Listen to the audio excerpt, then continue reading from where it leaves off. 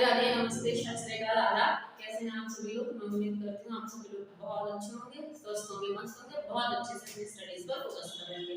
चलिए हम आज पढ़ने जा रहे हैं इंडियन पॉलिटी का 42वां चैप्टर, जिसका नाम है इलेक्शन कमीशन, ना चुनाव आयोग। ठीक है, तो बेसिकली ये चैप्टर जो है आपके भारत देश में वोटिंग का क्या प्रावधान है, कौन किसके लिए कौन ऑथराइज्ड पर्सन है, कौन किसकी कार्यकारी शक्तियां हैं, किस प्रावधान के तहत किसको क्या शक्तियां मिली गई, किसका किसके प्रति क्या उत्तरदायित्व है, क्या सुविधाएं इसके लिए उपलब्ध कराई गई हैं, कैसे इस प्रोसीजर को सुविधाजनक बनाने के लिए या कुछ उसको निगरानी रखने के लिए, उन पर नियंत्रण बनाए रखने के लिए कुछ गलत काम ना हो जाए, कैसे स्वतंत्र निर्वाचन आयोग कैसे स्वतंत्र है कि वहां पे कोई धोखाधड़ी या बेईमानी जैसी चीजों को ना कराया जा सके ना, ये सारी चीजों को बेसिकली जो निर्वाचन आयोग से संबंधित बातें हैं, यानी कि इलेक्शन कमीशन जो आपका चैप्टर है 42 चैप्टर ना निर्वाचन आयोग,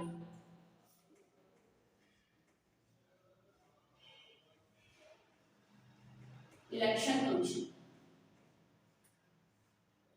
ठीक है, इलेक्शन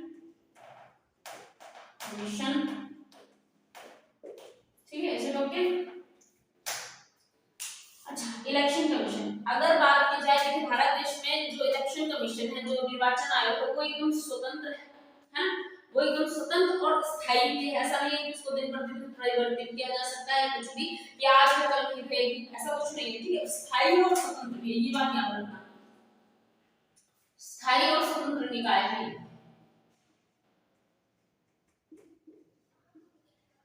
स्थायी और स्वतंत्र निकाय।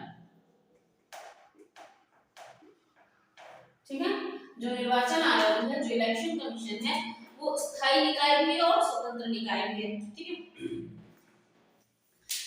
मतलब ये है स्थायी निकाय मतलब ये है कि ऐसा नहीं है कि आज और कल नहीं रहेगी, 6 महीने बाद नहीं रहेगी, 5 महीने बाद नहीं रहेगी, 4 महीने बाद नहीं रहेगी, ऐसा नहीं है।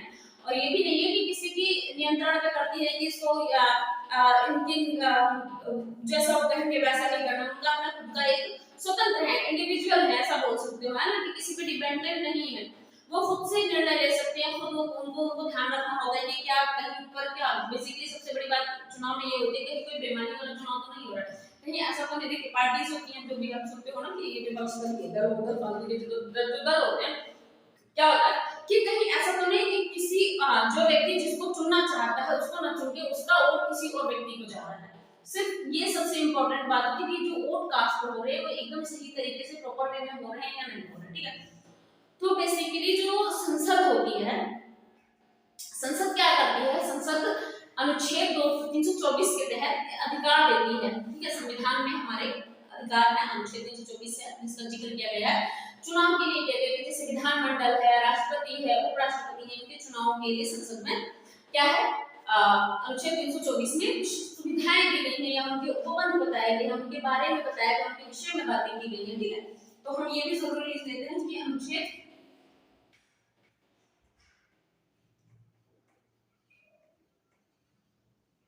अनुच्छेद 324। ठीक है, संसद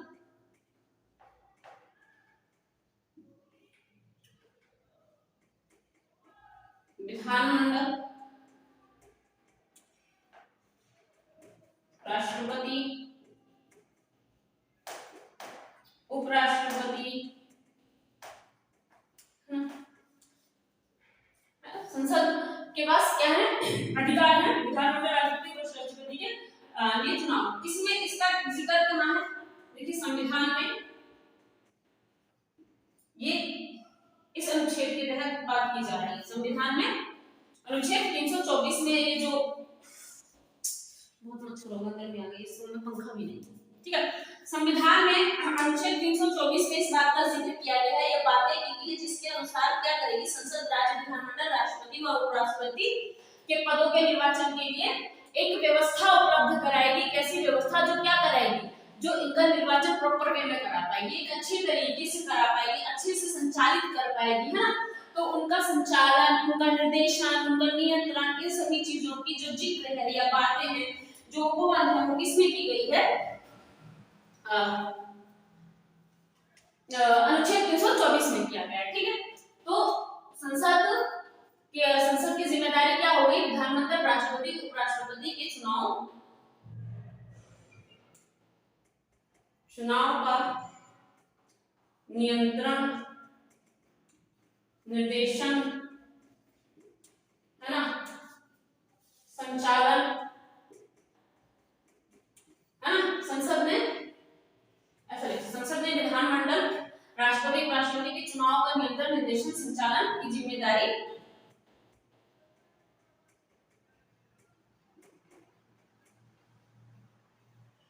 चुनाव आयोग को दी है। ठीक है, चुनाव आयोग को दी।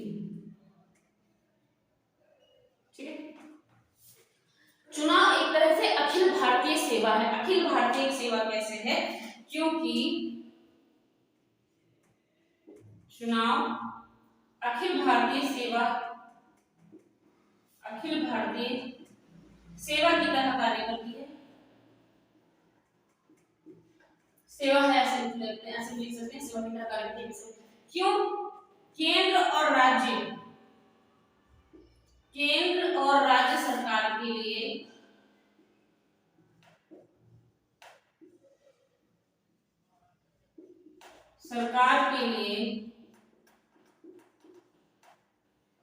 चुनाव करवाती है ना। किसकी जिम्मेदारी होती है? केंद्र सरकार या फिर राज्य सरकार के लिए जो चुनाव कराए जाते हैं, जाहिर सी बात है वो कौन करा रहा है? वो चुनाव आयोग ही तो करा रहा है। चाहे वो केंद्र स्तर पर हो या राज्य स्तर पर हो। लेकिन बस एक बात याद रखना कि जो राज्यों में होता है ना, राज्यों में पंचायत या फिर निगम के जो चुनाव होते हैं ना, निगम के चुनाव के लिए अलग चुनाव आयोग की व्यवस्था है। ये याद रखना थोड़ा सा। ठीक है, अलग चुनाव आयोग की व्यवस्था है।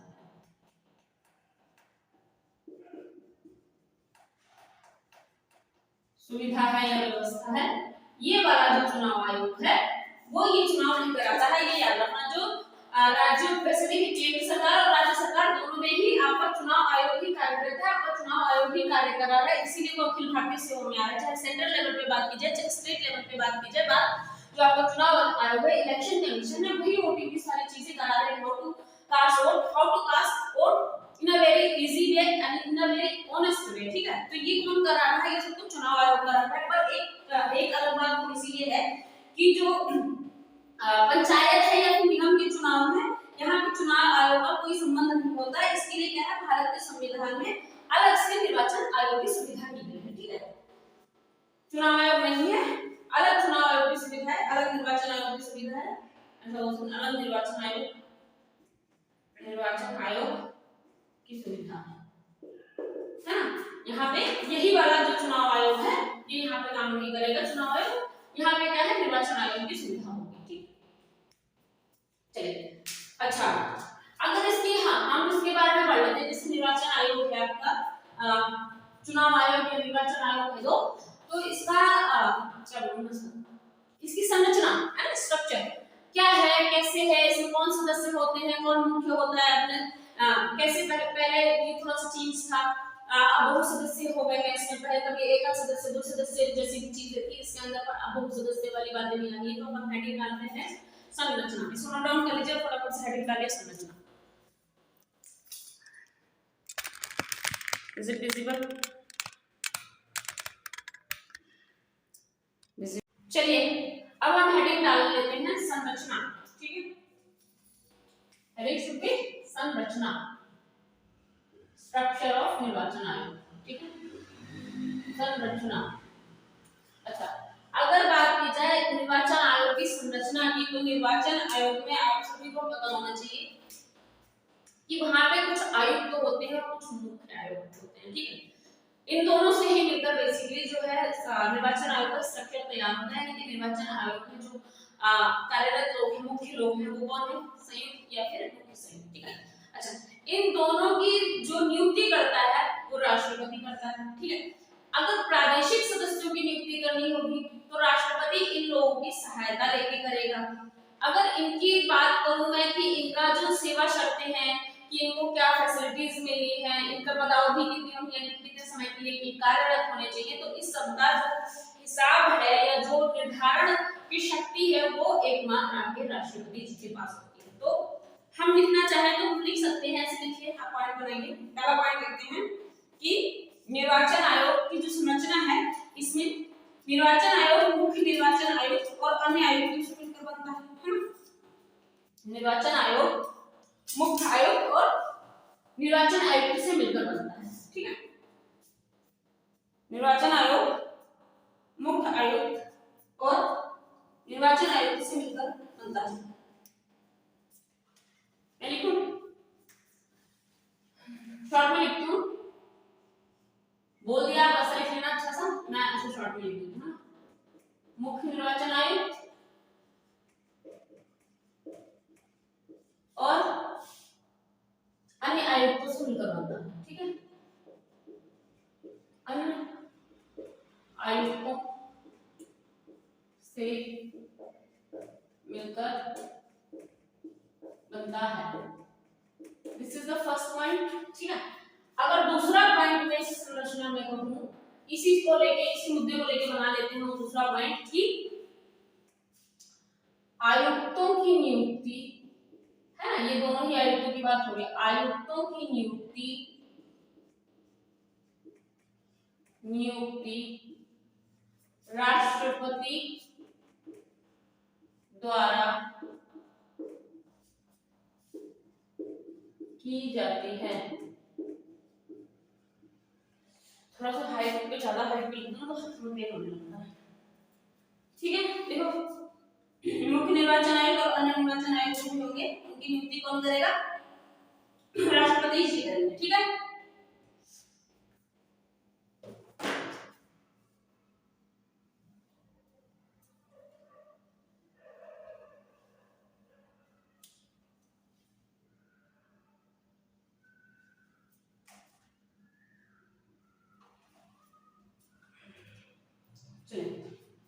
अच्छा, अगर कोई और आयुक्त नियुक्त किया जाता है, ये बात याद रखना, अगर कोई और आयुक्त नियुक्त किया जा रहा है उस समय क्या होगा, जो मुख्य आयुक्त होगा ना वो निर्वाचन आयोग के मुख्य के रूप में कार्य करेगा, है ना, ये समझ लेना। जैसे कोई और, अभी देखिए यहाँ पे मैंने लिखा आयुक्त और मुख्य न्यायाधीश साइड हो जाते हैं। ठीक है। अगर यहाँ पे नियुक्ति हो रही है आयुक्त की, है ना, किसी भी अन्य आयुक्त की नियुक्ति हो रही है तो उस समय क्या होगा, मुख्य निर्वाचन आयुक्त जो होगा वो निर्वाचन आयोग के अध्यक्ष के रूप में कार्य करेगा। ठीक है। तो चलो लिखो, ऐसे लिखो, अन्य आयुक्तों की नियुक्ति के समय, अन्य आयुक्तों की नियुक्ति के समय, दिमाग में बैठ जाएगा के समय मुख्य निर्वाचन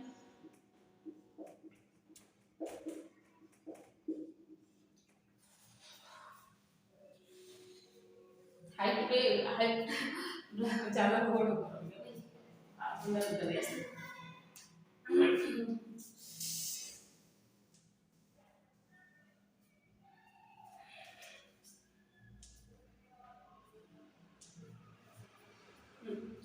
अन्य आयुक्त की नियुक्ति के समय मुख्य निर्वाचन आयुक्त निर्वाचन आयोग के अध्यक्ष के रूप में कार्य करते हैं। ठीक है। लिख लो, मेरे को बहुत प्रोसीजर लगेगा लिखने में, हाथ में दर्द हो रहा है। समय मुख्य निर्वाचन आयुक्त के प्रमुख निर्वाचन आयोग के अध्यक्ष के रूप में कार्य करेंगे। निर्वाचन आयोग, निर्वाचन आयोग के अध्यक्ष के रूप में,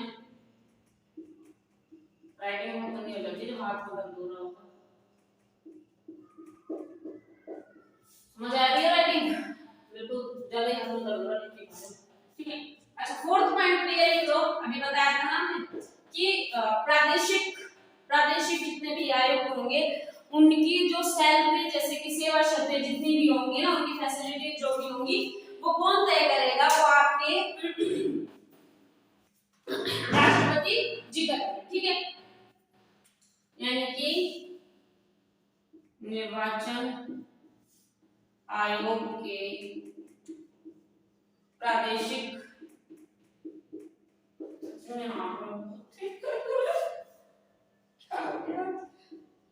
आयुक्तों की सेवा शर्तें, है ना, या फिर कार्यावधि राष्ट्रपति तय करते हैं,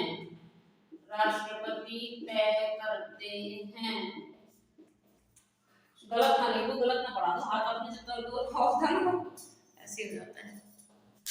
दिख तो रहा है ना, चलिए।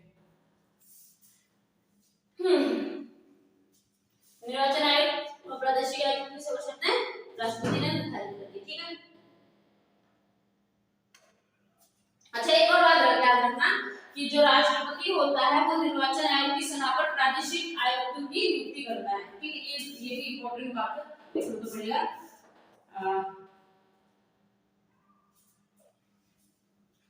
निर्वाचन आयोग की सलाह पर निर्वाचन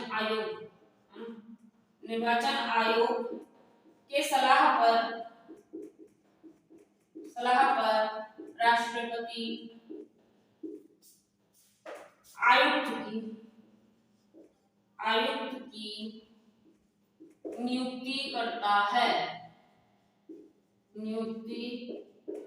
तो ज्यादा ये बेलो ऑफ द बोर्ड तो नहीं हो गया है, लेट मी चेक, थोड़ा सा तो दिखिएगा, है ना।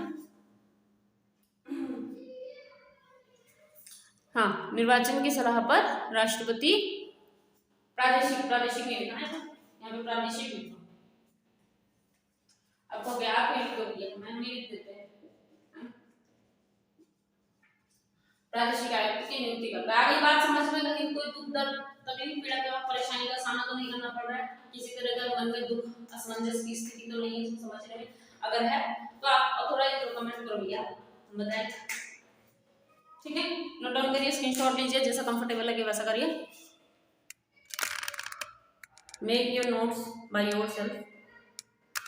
आपने संरचना में ये तो समझ लिया एक्चुअली में कि राष्ट्रपति ही ज्यादातर ऑथोराइज है सब कुछ करने कराने के लिए, लेकिन एक बात और है इसमें जो बेसिक सी बात है, जो इम्पोर्टेंट बात ये कैसे कि जो निर्वाचन आयोग है पहले क्या था,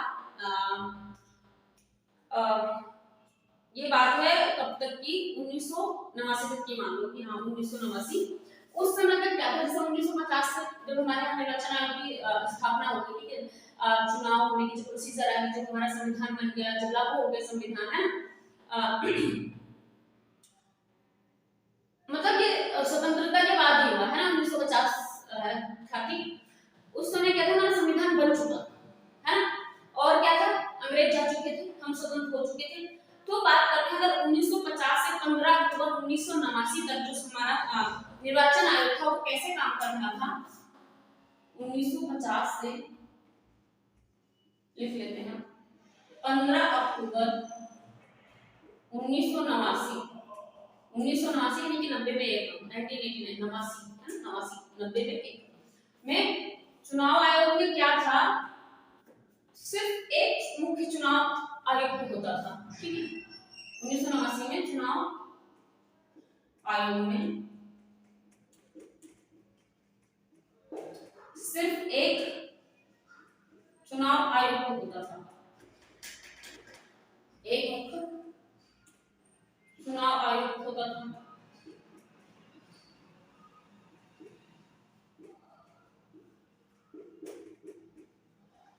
उस समय यानी कि क्या बोल सकते हैं, एकल सदस्य, है ना।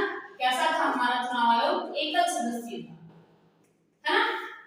उस समय तक अगर पूछ लेते एकल सदस्य चुनाव की डेट्स, और आपको ये डेट्स दे दी जाए तो आपको पता होना चाहिए कि एकल सदस्य चुनाव आयोग कब तक था। ये सिर्फ ही वाले पीरियड जो था 1950 से लेकर अक्टूबर 1989 89 15 अक्टूबर, ठीक है। क्यों, ये क्या है, जैसे कि एक बार बताओ, यहाँ पे भी तो पंखा लगा सकते हो ना, तो इतनी गर्मी है, पंखे वाला सीजन आ गया, यहाँ पे मच्छर भी है बहुत ज्यादा। करो करो इसके लिए कुछ करो जो करो।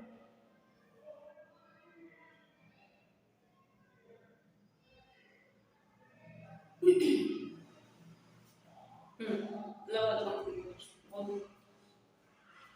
अच्छा। क्या, ओके, हाँ, मुख्य चुनाव आयुक्त में क्या था उस समय, एक ही मुख्य चुनाव आयुक्त हुआ करते थे। ये अपनी बात है 1950 से लेकर 15 अक्टूबर 1989। तब क्या था, एकल सदस्य बोला गया इसको, एकल सदस्य चुनाव आयोग था। लेकिन एक समय आया जब क्या हुआ, 16 अक्टूबर, हिंदी में लिखेंगे हम, 17 अक्टूबर 1989 में दो चुनाव आयुक्त और बना दिए गए या स्थापित कर दिए गए या निर्वाचित कर दिए गए, है ना। दो चुनाव आयुक्त और हो गए, दो और चुनाव आयुक्त, चुनाव आयुक्त आ गए, है ना। अब क्या हुआ, क्या अभी ये व्यवस्था एकल सदस्य रही? नहीं रही ना।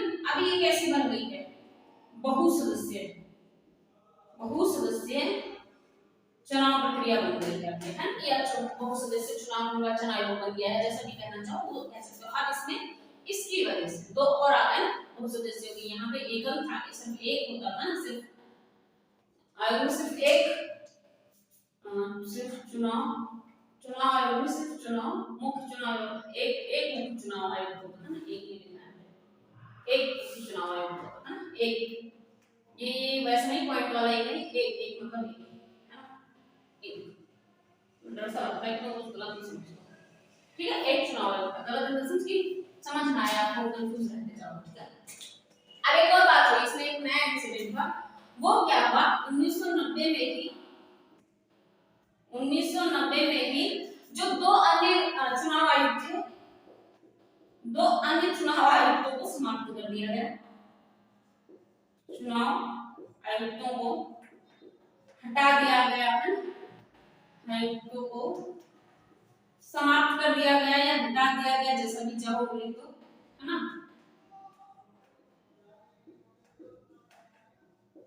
इसमें कुछ विशेष समझाने वाला नहीं है, लिखने के लिए है ज्यादा, है ना, मतलब लिखो वही चीज समझ लो, किसी भी छोटी सी पता चले कि कुछ स्टोरी के थ्रू मैं इसको समझा सकती हूँ, ये लिखना ही पड़ेगा, उसको आपको दिमाग में बिठाना पड़ेगा। 1989 से 1950 से 1989 का एक सर्कमस्टेंसेस हो गया जिसमें एकल सदस्य चले, फिर 1989 में ही क्या हुआ, दो चुनाव आयुक्त और जोड़े गए, वो बहु सदस्य हो गए, फिर 1990 में ही दो चुनाव आयुक्त फिर से हटा दिया गया, फिर से वो व्यवस्था कैसी बन गई, एकल सदस्य, ठीक है। अब एक और बात होगी, अभी दोबारा से जो बात होगी वो 1993 में होगी, और वो बात क्या होगी, 1993 की दोबारा से दो अन्य चुनाव आयुक्त फिर से ऐड कर दिए गए, फिर से उनको ला दिया गया, फिर से स्थापना कर दी गई, दो अन्य चुनाव आयुक्त वापस आ गए, ठीक है, चुनाव आयुक्त और स्थापित किए गए।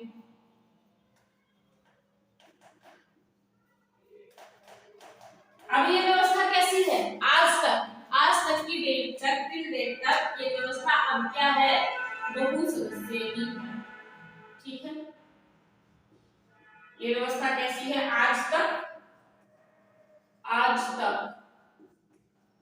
ठीक है, बहु सदस्य है अभी तक, टिल डेट, ऐसा नहीं है कि अब बीच में फिर से कोई परिवर्तन, ये लास्ट तक एकल से शुरू होके बहु सदस्य तक, अभी जो बात चल रही है वो सिर्फ बहु सदस्य ही है, ठीक है। अभी एकल दुकल टिकल कुछ मत सोचना दिमाग में, बहु सदस्य ही सोचना। अच्छा, एक बात, चाहे वो मुख्य आयुक्त हो, लिखवा देती हूँ, बता भी दूंगी नहीं समझेगा, मुख्य आयुक्त और अन्य आयुक्त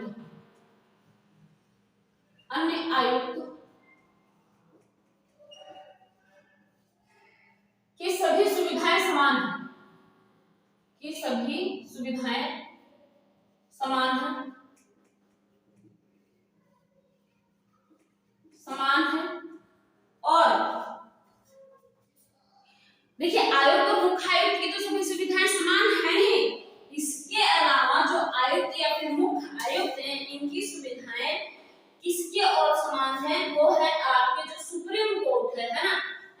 कोर्ट कहाँ पे है? दिल्ली में है। उनके जो न्यायाधीश होते हैं, जो सर्वोच्च न्यायालय के न्यायाधीश होते हैं, उनके भी समान है। ये बात याद रखना है। कैसे हैं ये? अन्य आयुक्त, मुख्य आयुक्त, अन्य आयुक्त की सभी सुविधाएं समान है, ये तो है ये, लेकिन ये भी समान है किसके? सुप्रीम कोर्ट के मुख्य न्यायाधीश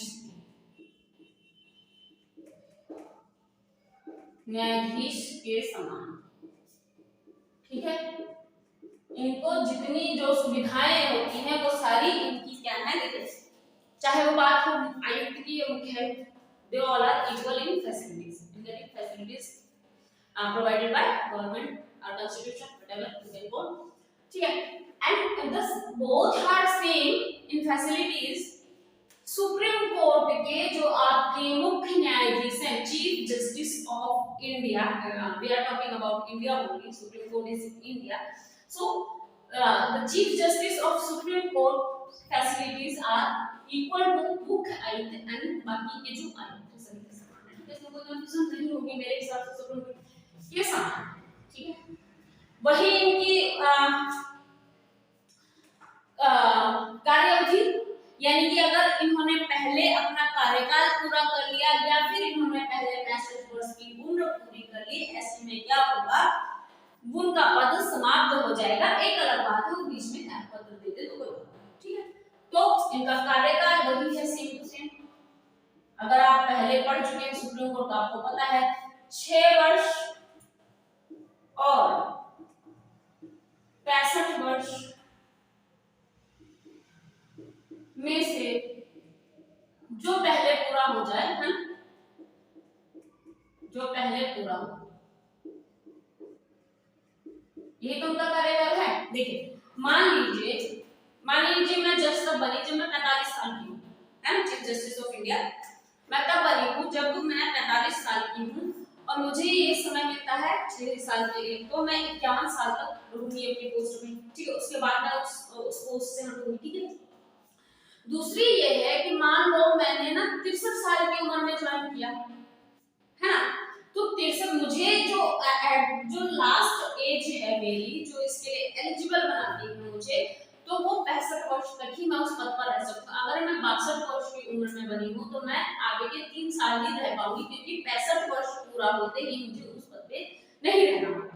आगे बात समझिए, यानी कि या तो आप 5 साल पूरे करो या तो 65 साल पूरे करो, यानी कि जो चीज पहले पूरी होगी। अगर आपके पास, देखो, आपके 65 वर्ष में आपके पास काफी उम्र है, तो आप पूरे 5 साल पूरे कर पाओगे, 6 साल की बात होती है। ठीक है, लेकिन अगर 6 साल आप पूरे, अगर आप 65 साल की ही होने वाले हो, आप बने ही 63 साल में हो, आप बने ही 62 साल में, अगर आप 63 साल में होने हो, तो भी आप 6 वर्ष पूरे नहीं कर पाओगे। तो या तो आपका 6 वर्ष पहले पूरा हो जाएगा या तो 65 वर्ष, जैसा भी होगा उसके हिसाब से आपको वो पद आप तब तक ग्रहण करके रखो। एक और सुविधा इसमें है, त्याग पत्र भी दिया जा सकता है, त्याग पत्र भी दे सकते हैं। ठीक है, त्याग पत्र भी दे सकते हैं। ठीक है, मेरे हिसाब से ये क्लियर हो गया होगा। छोटा सा चैप्टर है बट समझना ज्यादा जरूरी है, समझना इसलिए भी जरूरी है ताकि आप उसको बार बार बाद में आप स्पीड बढ़ा के या जैसे भी करके उस वीडियोस को देख सकते हो जल्दी जल्दी, है ना, जैसे भी करके। बट एक बात को समझना ज्यादा इंपॉर्टेंट है ना, you should understand according to yourself, है ना, जैसा आपको कंफर्टेबल लगे उसके हिसाब से। बाकी अगर कुछ आपको मिस्टेक्स नजर आती है, कुछ गलतियां नजर आती हैं, then you can comment in comment box, I will try to update and update also. तो अच्छे से पढ़ो, मेरा काम ये है पढ़ाना, चैप्टर खत्म नहीं हुआ। ठीक है, थोड़ा सा चैप्टर आपका और बचा।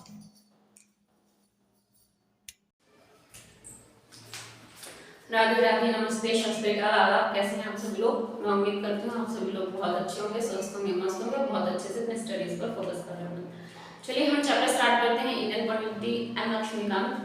हम पढ़ रहे थे निर्वाचन आयोग, इलेक्शन कमीशन के बारे में पढ़ रहे थे। थोड़ा सा हमारा चैप्टर बच रहा है, बिल्कुल जरा सा पढ़ चुका है। जैसे कि बच इतना रहा है कि निर्वाचन आयोग की शक्तियां क्या हैं या फिर उनके कार्य क्या हैं, बेसिकली उनके क्या फंक्शन है, उनका उत्तरदायित्व क्या है, किसके प्रति जिम्मेदार है, या क्या काम करने होते हैं, उनके पास किस चीज़ के लिए ऑथोराइज्ड है, शक्तियां और है फंक्शंस लाइक पावर्स उनके पास क्या है और उनका वर्क क्या है, काम क्या है, वो चीज़ें जानते हैं। तो चैप्टर वही चल रहा है निर्वाचन आयोग। अगर मैं बात करूँ तो आपको पता है कि राष्ट्रपति का चुनाव हो गया, विधान परिषद का चुनाव हो गया है ना, विधानसभा या लोकसभा के चुनाव हो गए, ये सारे निर्वाचन आयोग करा रहा है ना।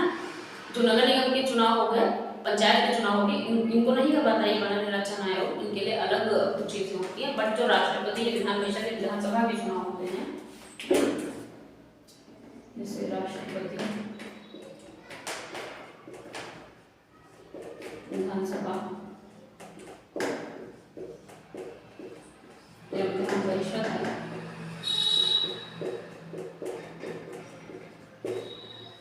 ना, तो इनके चुनाव कौन करा रहा है? इनके चुनाव ऑब्वियस है कि आपके चुनाव आयोग करा रहा है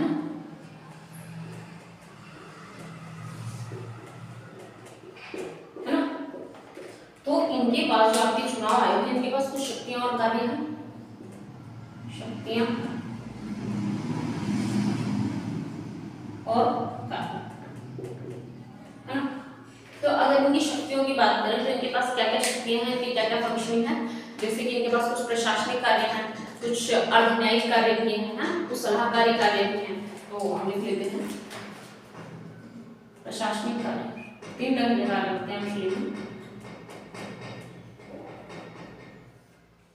प्रशासनिक कार्य, ठीक है, अर्धन्यायिक कार्य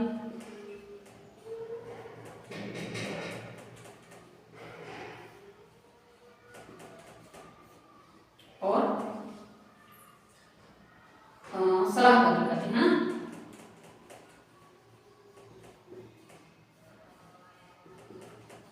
ठीक है, प्रशासनिक कार्य, सलाहकारी कार्य और अर्धन्यायिक कार्य, 3 तरह के कार्य हमारे पास हैं। हमारे पास इन द सेंस की जो है चुनाव आयोग आपका उनके पास है, ठीक है। चुनाव आयोग के कार्य की लिस्ट बन गई है, आपके प्रशासनिक कार्य हो या फिर अर्धकारी कार्य हो या अर्धन्यायकारी कार्य हो। बेसिकली प्रशासनिक कार्य जैसे कि जो इनका सबसे बड़ा काम क्या है, चुनाव आयोग प्रॉपर फंक्शनिंग कराना चुनाव में, है। जैसे कि जगह का आपकी किस जगह पे चुनाव होंगे, किस ड्यूटी किन की लगेगी, है ना। सूची तैयार करना कि मतदाता को कितने लोग हैं, कौन कौन लोग मतदाता लगेंगे, बाकी पूरी वो जो ईवीएम वगैरह का और क्या कहते हैं वो जो नेल्स में इंक लगती है उनका, बाकी कोई चोरी चकारी बेईमानी ना हो, किसी तरह धोखाधड़ी से चुनाव ना कराया गया हो, है ना, किसी कोई घपलाबाजी नहीं करी गई, ये सारी चीजें, मतलब चुनाव एक ईमानदारी से हो जाए इस बात के लिए ये प्रशासनिक कार्य हो गया। अर्धन्यायिक कार्य कैसे हैं, या ये जैसे सलाहकारी कार्य कैसे हैं, हर चीज के लिए सलाह देना। जब मान लो जी किसी की हताएं या निरर्थताएं समझनी है या बतानी है, तो उसमें क्या करते हैं, ये मदद करते हैं। चुनाव आयोग इस चीज के लिए मदद करते हैं कि कौन व्यक्ति निरर्थक हो सकता है किसी की। ऑब्वियस अगर उन्होंने ये बता दिया कि भाई यहाँ पे कोई चीटिंग हुई थी, कोई बेईमानी हुई थी, तो वो चीज आपको पता है कि किसी भी, जैसे मान लो राष्ट्रपति पद के लिए बात हो रही है या लोकसभा के लिए बात हो रही है, राज्यसभा के लिए बात हो रही है, अगर ये पाया जाता है कि किसी व्यक्ति ने चुनाव में किसी तरह की बेईमानी करी, किसी तरह की धंधेबाजी करी, किसी तरह की चोरी चकारी करी, तो उस सिचुएशन में क्या होता है, वो व्यक्ति उस पद के लिए एलिजिबल नहीं रहता है। उसी को बोलते हैं निरर्हक। एलिजिबल यानी कि अर्हत, और जो उसका ऑपोजिट है वो निरर्हक, यानी कि वो उस पद के लिए नामित नहीं हो सकता है। क्यों? क्योंकि उसमें कुछ डिफेक्ट आ गया है। तो निर्वाचन आयोग ने ये तय किया, ठीक है।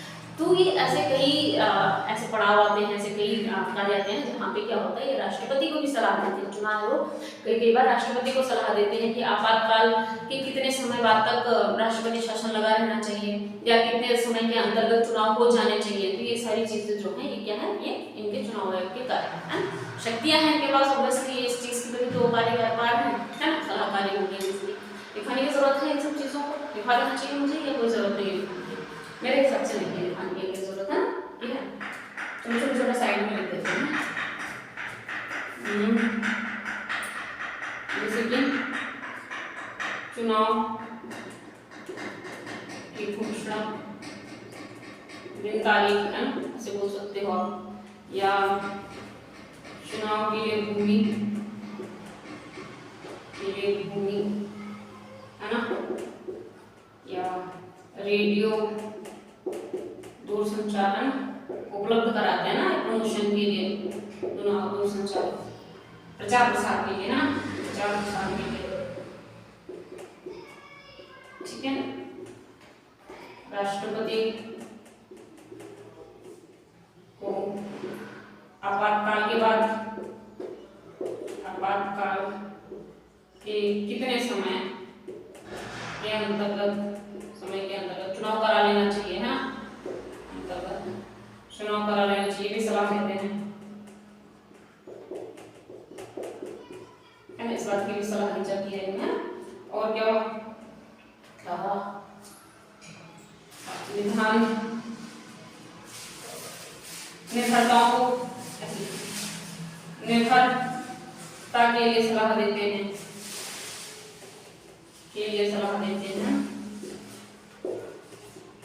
ठीक है। अगर बात समझ में कोई दिक्कत तकलीफ तो परेशानी किसी तरह की दिक्कत का सामना तो नहीं करना पड़ा होगा इसको समझने में, अगर करना पड़ा होगा तो बताइएगा, उसको सॉल्व करेंगे, उसको ठीक करेंगे, है ना।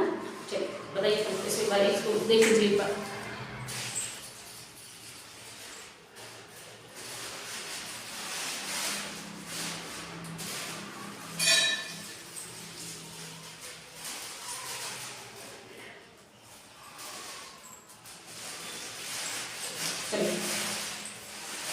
अब हम लिखते हैं दृष्टि, लक्ष्य और सिद्धांत, यानी कि जो आपका चुनाव आयोग है, दृष्टि क्या है, इसके लक्ष्य क्या है और इसके सिद्धांत क्या है। तीन चीजें बहुत ज्यादा इंपॉर्टेंट है इस चीज के लिए, दृष्टि, लक्ष्य और सिद्धांत, ठीक है।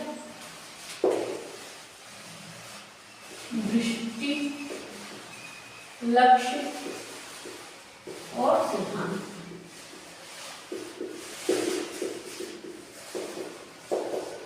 तो चुनाव आयोग की सबसे अहम बात यही है, देखिए जाहिर सी बात है, एक इन्होंने अपने आप में सोच रखा है ना, जो संविधान में कह रखा है, जो इनकी एक छवि है वो क्या है कि ये संपूर्ण राज्य में, पूरे स्वतंत्र भारत में ये चुनाव प्रक्रिया को एकदम अच्छी तरह से, जिसे समझी बोलते हैं, करा सके, ठीक है। उस प्रोसीजर को बहुत प्रॉपर वे में फॉलो करा सके, बिना किसी गंदगी के, बिना किसी गलत हरकत के, बिना किसी बेईमानी के, बिना किसी धोखा के। वो धोखा किसी भी नाम पर हो सकता है, लालच दे दिया जाए, हो सकता है शराब का लालच दिया जाए, हो सकता है पैसे का लालच दिया जाए, और हो सकता है कि जात पात के नाम पे लालच दिया जाए, ठीक है, किसी भी चीज़ को लेकर हो सकता है। तो इन सबसे निष्पक्ष होकर चुनाव कराना इज द ड्यूटी ऑफ निर्वाचन आयोग, है ना। हर तरह से निष्पक्ष होकर चुनाव कर पाए एक मतदाता जो है, जो वोट डालने लगता है, वो एकदम निष्पक्ष होकर चुनाव कर पाए, बिना किसी भेदभाव के, बिना किसी दबाव के चुनाव कर पाए, ये सबसे बड़ी इसकी बात। अच्छा, इनका लक्ष्य यही है, जो इनकी दृष्टि जो ये दिखाना चाहते हैं और जो चाह रहे हैं एक्चुअली में इनका लक्ष्य भी तो यही है ना कि संपूर्ण राज्य में कैसा हो, एकदम निर्वाचन प्रणाली जो हो वो कैसी हो, एकदम सुविधाजनक, ना मतदाता को परेशानी हो, न ही मतदान केंद्र में किसी तरह की असुविधा का सामना किसी को भी करना पड़े, ठीक है। चाहे वो वहाँ पे वर्कर हो जिनकी ड्यूटी लगी हुई है, चाहे वो जो जिनकी ड्यूटी लगती है इलेक्शन टाइम पे टीचर्स होते हैं या फिर इनकम टैक्स ऑफिसर्स होते हैं, तो उन सब में सबका ध्यान रखते हुए किसी भी जो कार्य वहाँ पे हो रहा है, किसी तरह की असुविधा ना किसी को महसूस हो, ना, और निष्पक्ष तरीके से हो। सबसे बड़ी बात तो यही है, वहाँ पे कोई बेईमानी, किसी तरह की धांधलीबाजी ना हो पाए और सभी लोग अपना वोट डाल सकें, और ये चीज़ बहुत अच्छे से हो जाए, यही इनका लक्ष्य है। तो आई डोंट थिंक इसमें कुछ ज़्यादा एक्सप्लेन करने या लिखने की भी ज़रूरत है, बट हाँ थोड़ा सा अगर दृष्टि, लक्ष्य और सिद्धांत को ऐसे इसके बारे में, क्वालिटीज़ के बारे में, इसके बारे में बड़ा सा क्वेश्चन अगर आ जाता है इलेक्शन कमीशन का, तो ये हेडिंग दिखा दी, इसमें थोड़ा थोड़ा आपको लिखना, 4-4 लाइन की चीज़ें लिखनी आपको आनी चाहिए, है ना। मेरे हिसाब से आप लिख लोगे, अगर नहीं लिख पाओगे तो फिर एक बार इसको क्या करना, मुझे कमेंट करना, मैं इसके बाद में थोड़ा सा बड़ा सा ज़्यादा सा पढ़ा दूँगी, है ना, ज़्यादा लाइन नहीं लिखवा दूँगी, और लिखना चाहो तो बोल दे दूँ, लिख लेते हैं, अगर लाइन नहीं लिखती तो, है ना, बाकी समझा दूँगी, लिखना चाहो तो बोल दे दूँ, लिख